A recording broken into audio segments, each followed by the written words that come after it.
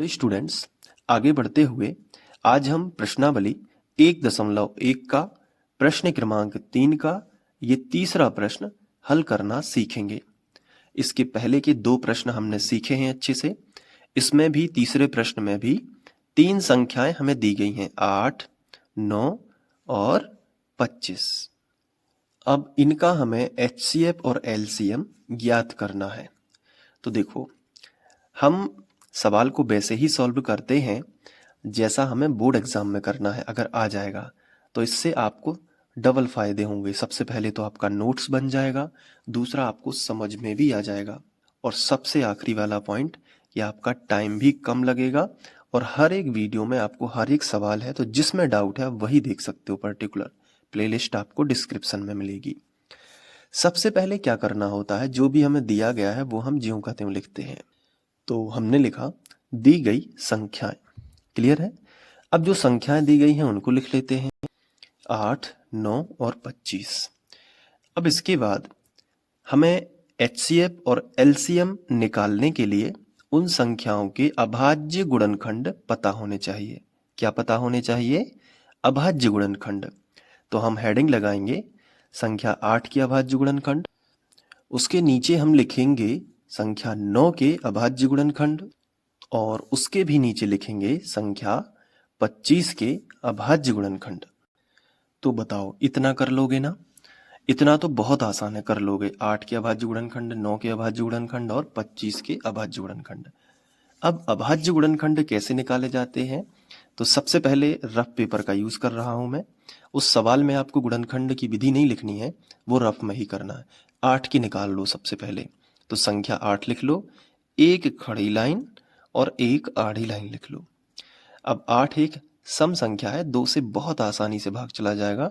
2 की दुनिया तब तक पढ़ना है जब तक कि 8 ना आ जाए। 2 चौके 8, 4 बार में चला जाएगा।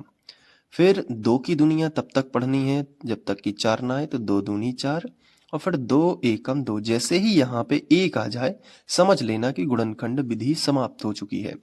अब इसमें जो किनारे पे संख्याएं आती हैं वो कहलाते हैं उस संख्या के गुणनखंड। तो 2 कितने बार आया है? 3 बार।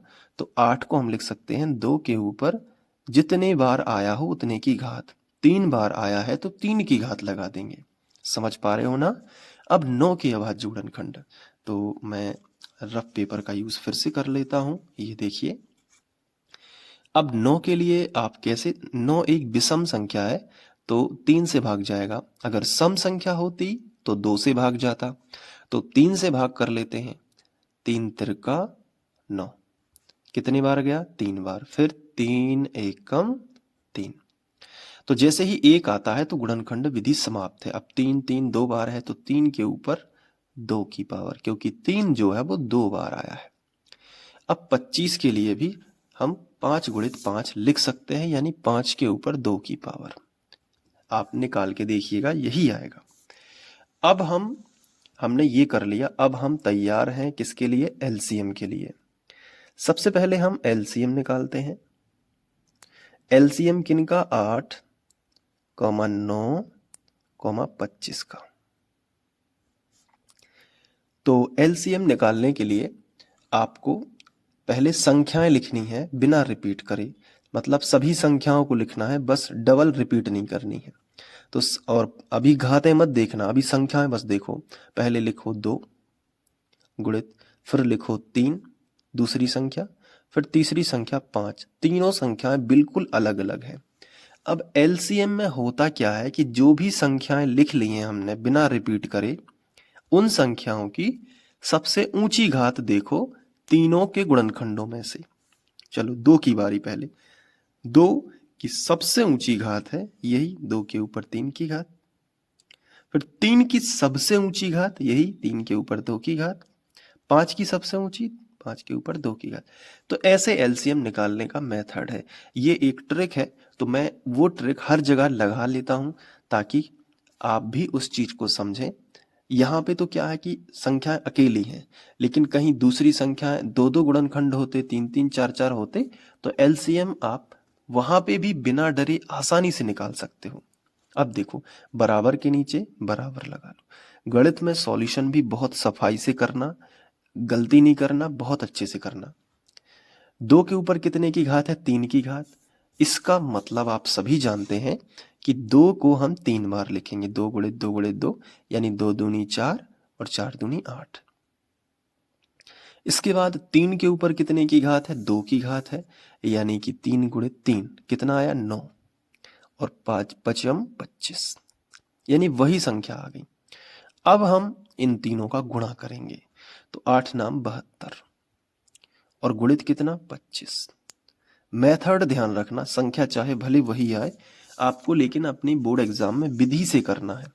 अब 72 गुणित 25 कैसे करोगे? तो 72 गुणित 25, सबसे पहले 5 से भाग दो। 5 दूनी 10, 10 का शून्य, हासिल आ जाएगी 1, फिर पौने 7 35, 35 और 1 36, फिर बीच में क्रॉस लगाओ, फिर 2 से 2, 2 दूनी 4 और 2 सत्ते 14। अब इसके बाद 0 ज्यों का त्यों, 6 और 4 10, 10 का इसके बाद 4 और 3 7 और 1 हासिल की तो हो जाएगी 8 और 1 ज्यों का त्यों।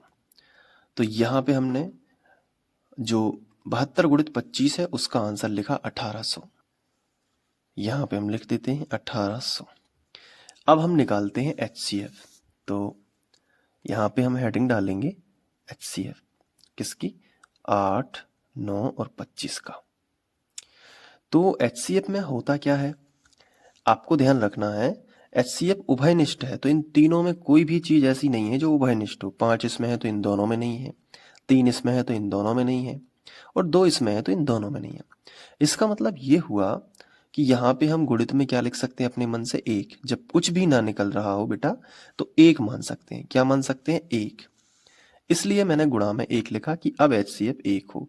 इसका मतलब ये हुआ कि 8, 9 और 25 सह अभाज्य पूर्णांक हैं, क्योंकि इनका HCF 1 है तो उन्हें हम सहअभाज्य पूर्णांक कहते हैं। ऐसे पूर्णांक जिनका HCF 1 हो उन्हें सहअभाज्य पूर्णांक भी हम बोल देते हैं।